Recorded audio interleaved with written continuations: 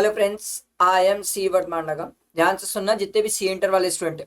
Sir, इससे पहले मैंने आपको इनकम टैक्स का पूरा आरटीपी सॉल्व करवा दिया। अब जीएसटी का आरटीपी करेंगे और जीएसटी में भी केस सिनेरियो तो मैंने आपको सॉल्व करा दिया। डिस्क्रिप्टिव वाला पार्ट बचा हुआ था। बहुत प्यारा क्वेश्चन है, बिलीव मी, बेहतरीन क्वेश्चन है। मैं आपको बहुत सारी चीजें सिखाऊंगा जीएसटी में जो ध्यान देने वाली बात है। अगर आप ध्यान से सुने समझे तो विश्वास करो एग्जाम में बहुत कॉन्फिडेंस आएगा। और अगर आपने नहीं सुना तो बहुत सारे स्टूडेंट है जो इस क्वेश्चन में तो पर्टिकुलरली बहुत गलती करके आएंगे, बहुत गलतियां। तो ध्यान से सुनना, काम को लोग के पेशेंटली सुनना, और इस क्वेश्चन के लिए तो वीडियो शेयर करना फ्रेंड्स लोगों को, क्योंकि बहुत सारी इंपॉर्टेंट बातें मैं आपके साथ करने वाला हूं। ठीक है, लेट्स स्टार्ट। टाइम वेस्ट नहीं करते, प्लीज ध्यान देना। ठीक है, रिक्वेस्ट है। तो ये तो वैसे भी बड़ा क्वेश्चन है, तो हमें तो इसमें पेज ऐड करना ही पड़ेगा यार। पेज ऐड करके ही बनेगा ये क्वेश्चन। ठीक है, चलो पहले क्वेश्चन में नीचे देखो क्या बोलता है हमें।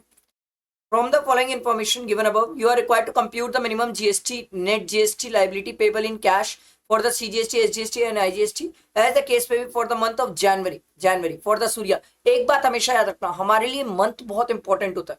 पहली चीज दिमाग में, ये ब्लड में बैठा लो, मंथ इज डैम इंपॉर्टेंट। पहली चीज ये दिमाग में बैठी होनी चाहिए। उसके बाद आपको ये रेट्स दिया हुआ है सर, और रेट्स में इन्होंने बोला sir rate of CGST, SGST, IGST are 9,918 respectively for inward and outward supply of goods and services except G except the rental services and GTA। मतलब ये दोनों मिलने वाले हैं अपन को, मतलब रिवर्स चार्ज वाली कुछ बातें होने वाली है हमारे साथ। तो रेंटल और जीटीए की सर्विसेज का रेट अलग अलग दिया है। All amount given above are exclusive of taxes. ठीक है, there is no opening balance of ITC. ठीक है, थैंक यू। चलो सर, लेट स्टार्ट सर। मैं एक एक ट्रांजेक्शन पढ़ूंगा और ट्रीटमेंट करूंगा। तो मेरे को एक चीज तो समझ आ गई है, एग्जाम में सबसे पहले मुझे ये वाली लाइन लिखना है सर, ये लिखना है, computation of net GST payable in cash for the month of January for Surya. यहां पर लिख के आना एग्जाम में, प्लीज रिक्वेस्ट है। मार्क्स कट जाएगा सर, ये लिख के आना, computation of net GST payable in cash for the January month of mister Surya, ऐसे लिखना सर। ठीक है, उसके बाद आगे कहानी आती है सर, लाइन ड्रॉ करते हैं। अरे ये लाइन को क्या हो गया?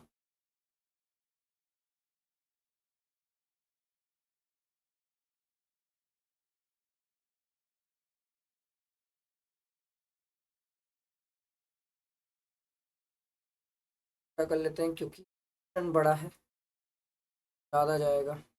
अब अपन को क्या क्या बनाना है? CGST। अरे यार ये तो गड़बड़ हो गई।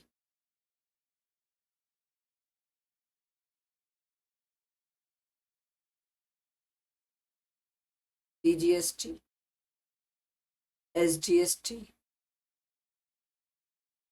IGST and value. ठीक है,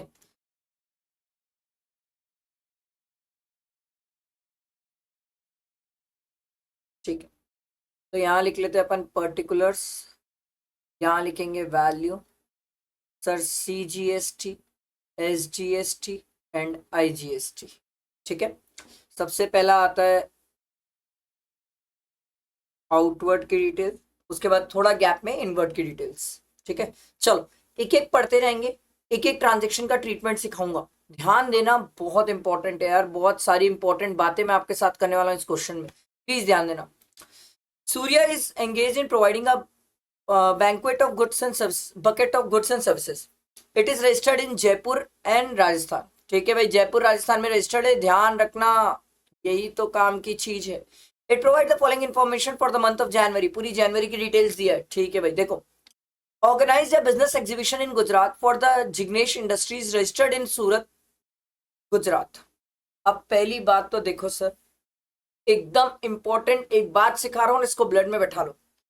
जब तक कभी किसी क्वेश्चन में कोई भी पॉइंट पे इनवर्ड या आउटवर्ड सामने से ना बोल दे, सॉरी इंटर या इंट्रा स्टेट सामने से ना बोल दे, जैसे ये पूरा ट्रांजेक्शन पढ़ा, इसमें बाजू में ब्रैकेट में कहीं लिखा है मेरे को इंटर और इंट्रा? नहीं लिखा है। जब भी कभी एग्जाम में ऐसा ना लिखा हो, प्लीज हाथ जोड़ के रिक्वेस्ट है, उस क्वेश्चन में आपको प्लेस ऑफ सप्लाई सोचना है, उस पॉइंट पे प्लेस ऑफ सप्लाई सोचना है जहां पर इंटर और इंट्रा नहीं लिखा है। लिखा हो तो कोई बात नहीं सर, लिखा है तो फिर वही ट्रीटमेंट करना जो इंटर है या इंट्रा जो वो बोल रहा है, बट नहीं लिखा है तो आपको प्लेस ऑफ सप्लाई चैप्टर सोचना है। और इस पॉइंट पे तो मैं बहुत सारी चीजें सोचूंगा, आप देखो मैं कैसे सोचता हूँ। सर बिजनेस एग्जीबिशन हुआ है, इंडिया में हुआ है सर, इंडिया से बाहर अगर बिजनेस एग्जीबिशन होता तो मैं एग्जाम कर देता, ये तो इंडिया में बिजनेस एग्जीबिशन है, टैक्सेबल है, पहली क्लैरिटी तो ये हुई, टैक्सेबल है। दूसरा सर बिजनेस एग्जीबिशन से रिलेटेड मैंने ये पढ़ के आया सर प्लेस ऑफ सप्लाई में, कि sir business exhibition services provide की जा रही है, तो सर क्या ये to a registered person provide की जा रही है? अगर टू अ रजिस्टर्ड पर्सन है तो location of such person, registered person नहीं है तो सर जहां पर इवेंट एक्चुअली हेल्ड, और अगर इवेंट आउटसाइड इंडिया हो गया तो लोकेशन ऑफ द रेसिपिएंट हो जाता है सर। अब यहां पर तो इवेंट इंडिया में हो रहा है सर, गुजरात में, कोई दिक्कत नहीं है सर। किसको प्रोवाइड किया जा रहा है sir? Registered person sir, registered person को प्रोवाइड किया जा रहा है। तो location of such person, location of such person क्या हुआ? गुजरात। अभी जो प्रोवाइड कर रहा है वो कौन है? जयपुर राजस्थान का। जयपुर राजस्थान और गुजरात हो गया इंटर स्टेट। देखो कई सारे स्टूडेंट ऐसा है जहां पर प्लेस ऑफ सप्लाई बिना भी सोच सकते हैं एग्जाम में, और एग्जाम में ट्रीटमेंट करके आ सकते हैं, बट आपको बता रहा हूं सर, अगर आप एग्जाम में ये पॉइंट लिखे और अगर आपने प्लेस ऑफ सप्लाई का पॉइंट वर्किंग नोट में या वहीं पर प्रेजेंटेशन में नहीं बताया, लिख के ले लो, वो 0 देंगे, क्योंकि वो ये मान के चलेंगे कि आपने कहीं से टापा है और इंट्रा ट्रीट कर दिया सर।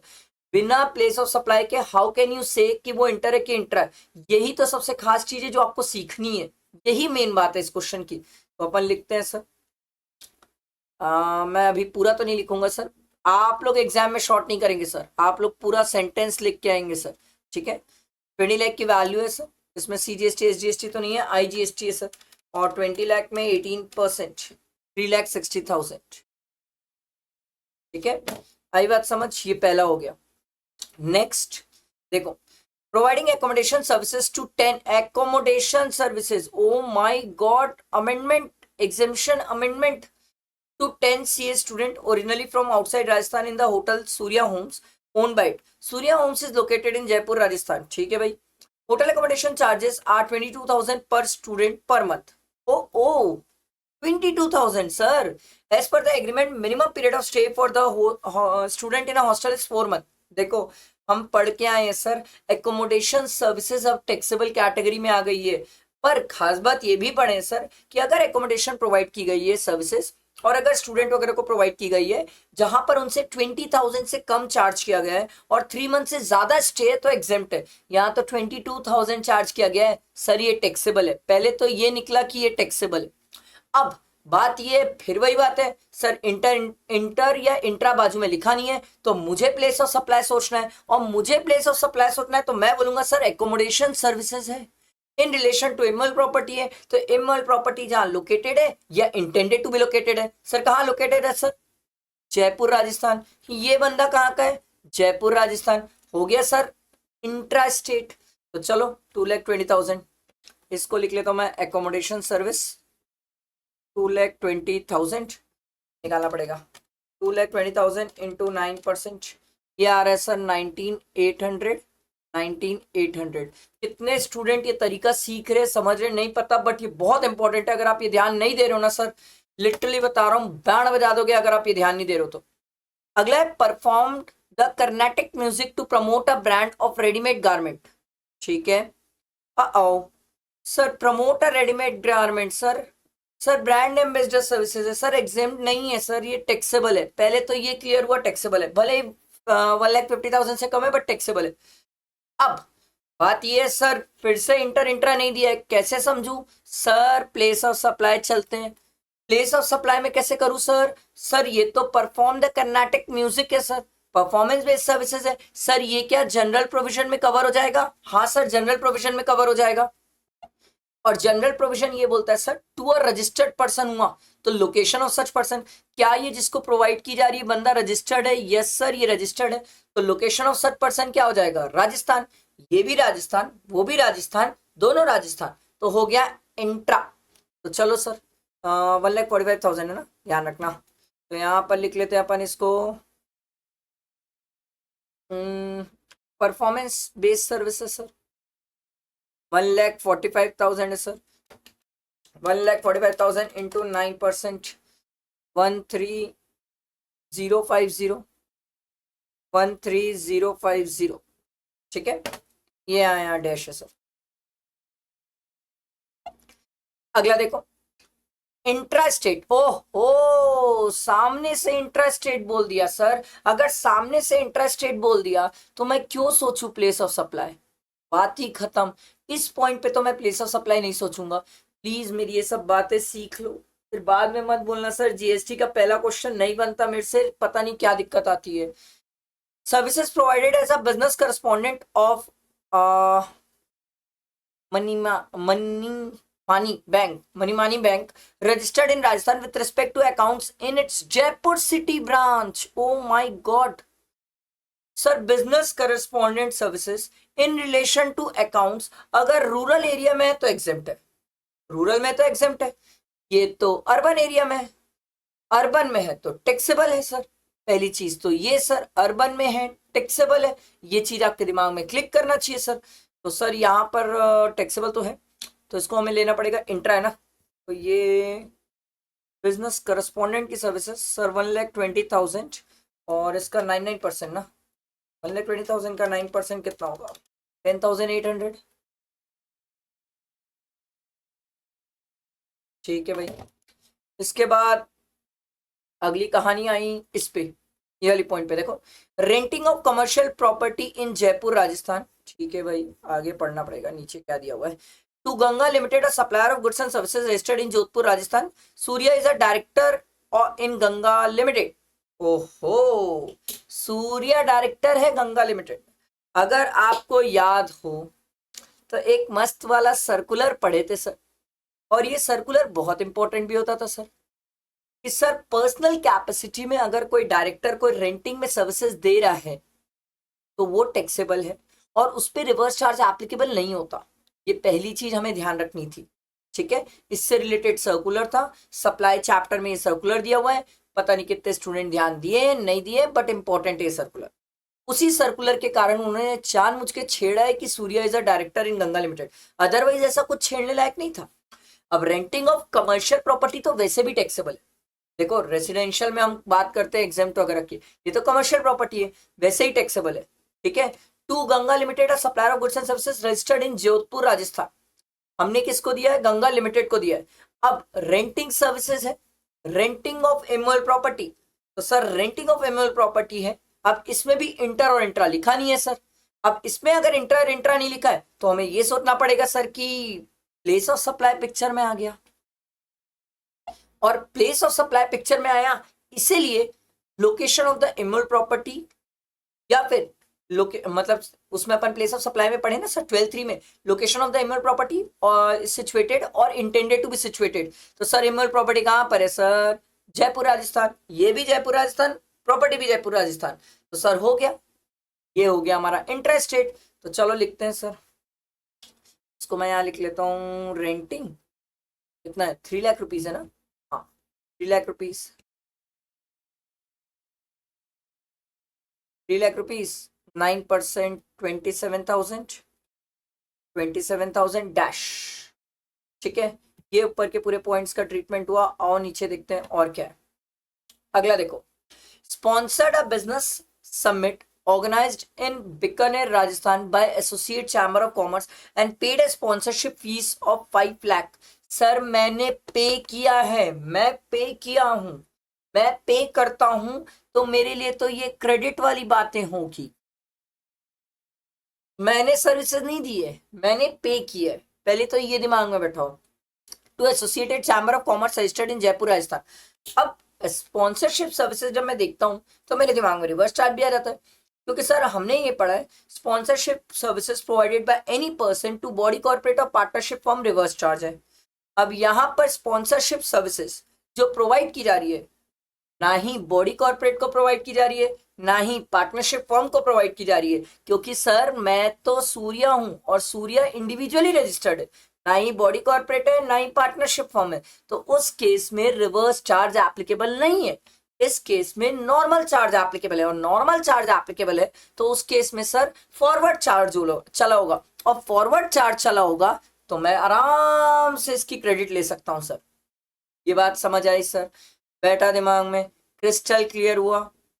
ठीक है। अच्छा, अब sponsored business summit organized, organization of an event, फिर क्योंकि प्लेस ऑफ सप्लाई तो डिसाइड करोगे ना, इंटर और इंट्रा लिखा नहीं है तो प्लेस ऑफ सप्लाई तो सोच लो।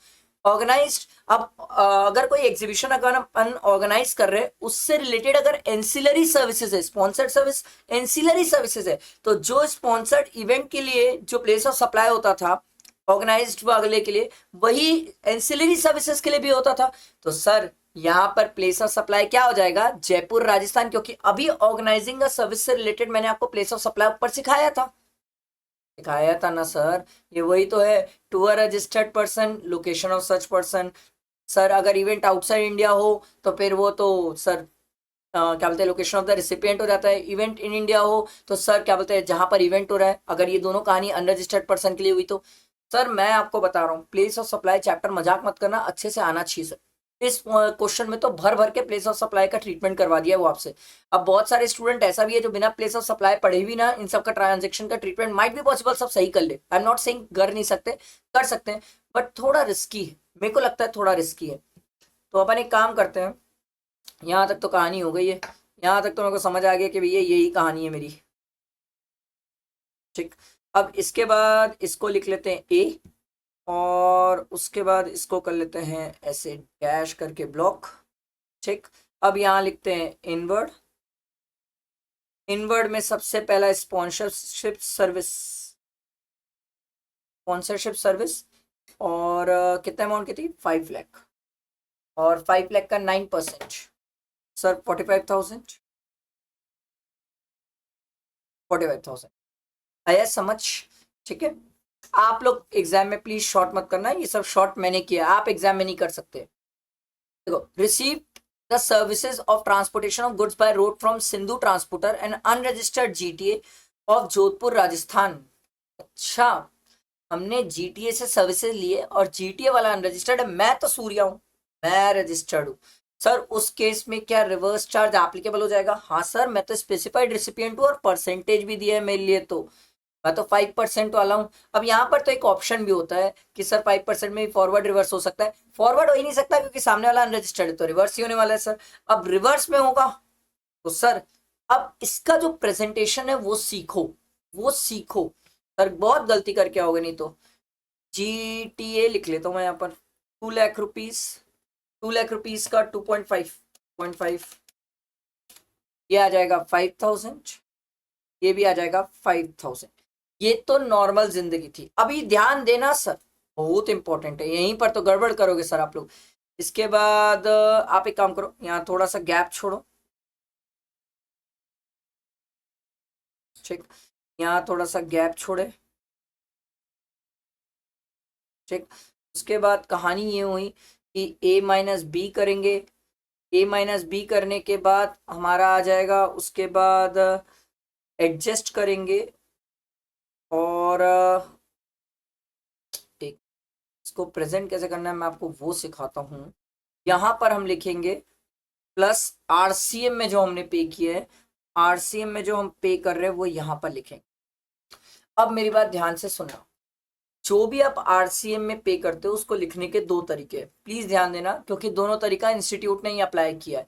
एक इंस्टीट्यूट बोलती है यहाँ पर लिख लो सर, आपने पूरा आउटवर्ड सप्लाई लिखा, उसके बाद भी आप प्लस करके यहाँ पर आरसीएम वाला लिख सकते हो। दूसरा चाहो तो आपने जो नेट जीएसटी पेबल निकाला है उसमें फिर आप आरसीएम ऐड करके यहाँ पर नीचे लिख सकते हो। दोनों तरीके का लिखने का अलाउड है, आपको जो एग्जाम में लिखने का तरीका जमता है लिख लो। मेरे हिसाब से लास्ट में लिखो, क्योंकि आउटवर्ड के वहां पर लिखने से कई बार मिस्टेक हो जाती है, गड़बड़ हो जाती है, कहीं धोखे से आप आउटवर्ड में ही मिला दिए तो पाप हो जाएगा फिर तो। इसीलिए बेटर है नीचे लिख लो, ज्यादा अच्छा, कहीं गलती होने के स्कोप नहीं होते। भाई मेरी बात समझ, ये हुआ। इसके बाद अगला देखो, taken car on rental basis from Ajay limited registered in Jodhpur Rajasthan. अच्छा, हमने रेंटल में लिया है, जिससे लिया है वो खुद भी सर रजिस्टर्ड है और कंपनी है सर, तो हमने बोला था sir renting services sir. Supplier क्या होना चाहिए, अदर देन बॉडी कॉर्पोरेट होगा तब रिवर्स चार्ज होता था, ये तो बॉडी कॉर्पोरेट है, रिवर्स चार्ज होगा ही नहीं। फॉरवर्ड चार्ज एप्लीकेबल है सर, और फॉरवर्ड चार्ज अगर एप्लीकेबल है तो मेरे लिए तो नॉर्मल है ये सर, तो मैं इसको नॉर्मली लिखूंगा, फिर क्यों इधर उधर दिमाग लगाऊं। रेंटिंग कितना अमाउंट था यार, 1,50,000, 1,50,000, और इसमें जीएसटी कितना होगा 1,50,000।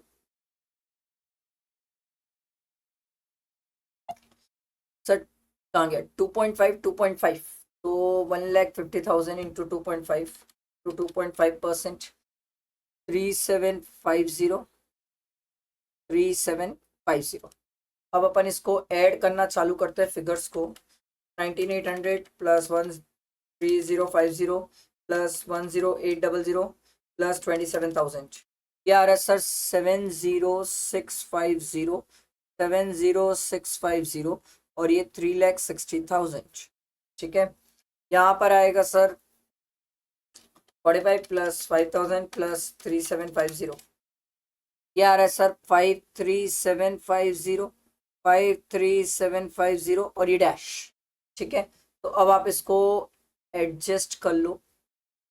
तो ये एडजस्ट करने के बाद कितना आएगा 70650 माइनस 53750, ये आ रहा है सर 16,900 पेबल, ये भी 16,900 पेबल और ये 3,60,000 पेबल। तो फाइनली हमारा जो नेट जीएसटी पेबल जो आएगा उसको ऐड करने के बाद 21,900 एंड 3,60,000। समझ आया? मेरे हिसाब से तो प्यारा क्वेश्चन था, अल्टीमेट क्वेश्चन था। I am not saying tough था, बट बहुत सारे पॉइंट ऐसे थे जहाँ स्टूडेंट सोचेंगे ही नहीं। मैं आपको लिख के दे रहा हूँ, नहीं सोचेंगे एग्जाम में। इवन जब अभी खुद बैठ के शायद घर में किए होंगे तो भी ये सब पॉइंट्स को नहीं सोचे होंगे। ध्यान देने वाली बात थी, अच्छे पॉइंट्स थे, अच्छे से देख के जाना ये क्वेश्चन। इसीलिए रिक्वेस्ट है, प्लेस ऑफ सप्लाई अच्छे से पढ़ के जाना। It has a great relevance. छुपा रुस्तम चैप्टर है, कहाँ यूज होता है समझ भी नहीं आता है। अगर आप उसकी प्रैक्टिस नहीं करोगे तो दिक्कत होगी, और कहाँ यूज हो रहा है वो मैंने आपको इस क्वेश्चन में अच्छे से समझाया है। ठीक है, आई होप क्लियर हुआ होगा। चलो देखते हैं नेक्स्ट क्वेश्चन। देखो 7 क्वेश्चन क्या बोलते हैं, तो नीचे आके पहले पढ़ भी नहीं सकते। चलो पूरा क्वेश्चन ही पढ़ते हैं। Mehul Enterprises registered under GST in UP and a monthly return filer is engaged in making taxable supply of goods and services. It furnished the detail of its outward supply in GSTR1 for the month of January on 11th Feb. ठीक है. However, on 14th Feb, the accountant of Mehul Enterprises noticed that one invoice issued to Vishal Trader registered in Gujarat for the supply of goods valuing 1 lakh pertaining to January has been inadvertently missed to be declared in GSTR1. Oh my God. Sir amendment से question, और amendment से question कौन सा, GSTR1A आ गया picture में sir. क्योंकि sir वही तो बात हमने की थी, GSTR1 में आपको डालना भूल गए तो सरकार ने आपको ऑप्शन दिया कि सर आप GSTR1 में वो शो कर सकते, 1A में शो कर सकते हैं, प्रोवाइडेड उस मंथ के GSTR3 भी फाइल करने से पहले। मतलब जनवरी का फेब में हम GSTR3 भी डालेंगे सर, GSTR3 भी डालेंगे, और 3 भी डालेंगे 20th को। हम 11th को भूल गए थे सर, जब GSTR1 डाले थे, GSTR1 जब GSTR1 डाले थे तो हम 11th फेब को जब डाले तो हम भूल गए सर। ठीक है, वो वही बोल रहा है सर, ये approach you for the advice before furnishing GSTR3 भी। वो अचानक से जाग किया, मेरे से गलती हो गई, मैं GSTR1 में दिखाना भूल गया। अब वो जानना चाहता है सर क्या मैं GSTR1 में ये शो कर सकता हूं कि नहीं, वही देखो क्वेश्चन है। You are required to briefly discuss whether Mehul enterprises can amend the detail of the outward supply furnished in GSTR1 of the January if such amendment is permitted and details of GSTR1 are amended, whether the detail of the such invoice will be available in form GSTR2B of the Vishal Trader for the month of January। ना, ये आपको available तो हो जाएगा। आपके पास time period कितना है, एकदम सिंपल, मैं आपको एकदम सिंपल क्रक्स में ये सब चीज लिख के बताता हूं, एकदम सिंपल। अब देखो सिंपल है, एकदम सिंपल समझो इसको। मैं लिखता हूं पहले कहानी जनवरी की। जनवरी का मैंने फेब में बैठा और फेब में मैं GSTR1 फाइल किया। Crystal clear? फेब में कब तक फाइल करूंगा सर, 11 तक फाइल करूंगा मैं सर। फेब का GSTR3 भी फाइल करूंगा सर 20 तक। Crystal clear? सर मैं जनवरी का जो डिटेल डाल रहा था उसमें GSTR1 में एक एंट्री भूल गया, अब वो डालना भूल गया तो मैं क्या करूंगा sir, amendment sir, green colour, GSTR1A file करूंगा। 1A कब तक फाइल कर सकता हूं सर, मैं फाइल कर सकता हूं ऑन और आफ्टर, ठीक है, 14th फेब, ऑन और after 14th Feb, before 20th Feb. On और आफ्टर 14 फेब बिफोर 20 फेब मैं जीएसटीआर 1A फाइल कर सकता हूँ। अब ये जो जीएसटीआर 1A मैं फाइल करूंगा सर, इसका इफेक्ट क्या 3B में दिख जाएगा? यस, इसका इफेक्ट 3B में दिख जाएगा। बट सर जो मैंने जीएसटीआर 1A में डिटेल डाली है वो सामने वाले को क्रेडिट में अभी नहीं दिखेगा सर, फेब मंथ में तो नहीं दिखेगा, उसको दिखेगा सर जब वो जीएसटीआर 3B और 3B फाइल करेगा मार्च में। मतलब मैं ये बोलना चाह रहा हूं कि सर ये जो डिटेल मैंने डाली उसका इंपैक्ट मेरे 3B में तो तुरंत दिखेगा, मेरे 3B में दिख जाएगा। फेब 20 को जब मैं 3B फाइल करूंगा तो मेरे तो इंपैक्ट दिख जाएगा। बट मैंने आउटवर्ड की डिटेल डाली, जो बंदा इनवर्ड वाला होगा वो इनवर्ड वाले को अभी कुछ नहीं दिखेगा, उसको दिखेगा सब फेब मंथ में। जनवरी मंथ में उसे कुछ नहीं दिखेगा, जनवरी मंथ में उसे कुछ नहीं दिखेगा, फेब मंथ में दिखेगा। फेब मंथ में वो बंदा क्रेडिट ले सकता है और क्रेडिट लेके मार्च में बैलेंस पे कर लेगा। समझ आई बात? एकदम सिंपल अमेंडमेंट है, जीएसटीआर 1A से रिलेटेड अमेंडमेंट थी, ये बड़ी प्यारी अमेंडमेंट थी। अच्छा हुआ इसका क्वेश्चन पूछ लिया, मुझे लगा भी था इसका क्वेश्चन आने के चांसेस है। ठीक है, आओ नेक्स्ट क्वेश्चन देखते हैं। You are required to determine the place of supply. भाई आपसे प्लेस ऑफ सप्लाई बोल रहे हैं of laptop in the given case. देखो sir, mister Bindusar is an employee in Galgotia and Sons working at its Mumbai, Maharashtra office. Bindusar is an unregistered person under GST law. His family is located in Bareilly, UP. His son requires a laptop for his school project on the urgent basis. Therefore, Mr. Bindusar places an order in Amazon. Oh my God, sir, ये भी amendment जो e commerce operator को लेके clarification आया था उसी को लेके ये सर क्वेश्चन है, जहां पर बिलिंग एड्रेस अलग है और डिलीवरी एड्रेस अलग है सर। तो इन्होंने बोला था सर जो डिलीवरी एड्रेस है वही आपका प्लेस ऑफ सप्लाई है। Very simple. तो sir for the supply of laptop of a latest configuration for his son which is to be delivered in his residential address located in UP Bareilly. तो sir हमारा place of supply तो यही है sir. Amendment clarification से related question. Mister Bindusar while placing the order on the e commerce platform, billing address इसका मुंबई महाराष्ट्र का है, delivery address UP का है, तो प्लेस ऑफ सप्लाई यूपी हो जाएगा। समझ आया? ये अच्छा, दोनों मेरे हिसाब से अच्छा क्वेश्चन है। अमेंडमेंट को क्लैरिफिकेशन को कवर करके क्वेश्चन है, स्टूडेंट को देख के जाना चाहिए। एक बार देखा हुआ रहेगा तो वो सेफ साइड पे रहेगा, बैठा दिमाग में। चलो आओ क्वेश्चन नंबर, अरे इसको क्या हो गया भाई, क्वेश्चन नंबर 9 देखते हैं सर। देखो इस क्वेश्चन में हमें क्या बोल रहा है, नीचे तो कुछ दिया नहीं है, ऊपर आके देख लो। डिटरमाइन द टैक्सेबिलिटी और otherwise of the following services provided by Indian railway. चलो भाई, इंडियन रेलवे ये सर्विसेज प्रोवाइड कर रहा है। देखो सर सर सर अमेंडमेंट है सर, ये तो ग्रीन कलर अमेंडमेंट, इसको एग्जेम्प्ट किया गया है सर। क्लॉक रूम सर्विसेज को इसको एग्जेम्प्ट किया है, लेटेस्ट अमेंडमेंट से sir. Service of transportation of passenger in second hand sir, second class, sorry second class, ये तो सर जन्मों से एग्जेम्प्ट था। फर्स्ट क्लास और एयर कंडीशन कोच ही टैक्सेबल थे सर, सेकंड क्लास तो एग्जाम था। Platform sir amendment, amendment platform ticket sold to passenger exempt. Renting of warehouse located in Bengaluru railway station to Paras trader registered in Chennai. Sir renting की services तो taxable है sir, इसको हमने कभी exam किया ही नहीं, कहीं मैंने ऐसी एग्जामेशन पढ़ाई नहीं है sir. Service of transportation of passenger in air condition coach, air condition तो टैक्सेबल है, क्या ही सोच रहे हो। Service of transportation of relief material meant for victim of flood affected areas, sir exempt है। ठीक है, उसके बाद आगे देखो, service of transportation of organic manure, sir organic manure क्या है, एग्जेम्प्ट। ये तो बहुत सिंपल था। अगला क्वेश्चन देखो, mister Hridaya has obtained a voluntary register under GST law in the state of MP in January but has not commenced the business till the month of September. In October, the proper officer issued a show cause notice as to him for the cancellation of his registration. You are required to examine whether the action taken by the proper officer is justified in law and also list the other circumstances. Sir, important. Sir आप इसको important क्यों बोल रहे हो? मैं बोल रहा हूँ इसमें अमेंडमेंट है। क्या है इसमें अमेंडमेंट? सर बता रहा हूँ सेक्शन 29 ना चुपचाप रट के चले जाओ। अमेंडमेंट है, कोई इफ और बट की बात ही नहीं है, आपको रट के जाना है, रट के जाना है। ये तो simple direct straight forward question है, गारंटीड वहां से क्वेश्चन आने के चांसेस है सर। फिर मुझे मत बोलना कि सर आपने पहले से बताया नहीं था, इसमें अमेंडमेंट है, बहुत ज्यादा चांसेस है क्वेश्चन आने के। तो ये तो थ्योरी क्वेश्चन आप देख सकते हो, बट स्टिल प्लीज सेक्शन 29 में अमेंडमेंट है, जरूर करके जाना सर, अदरवाइज बैंड बच जाएगी।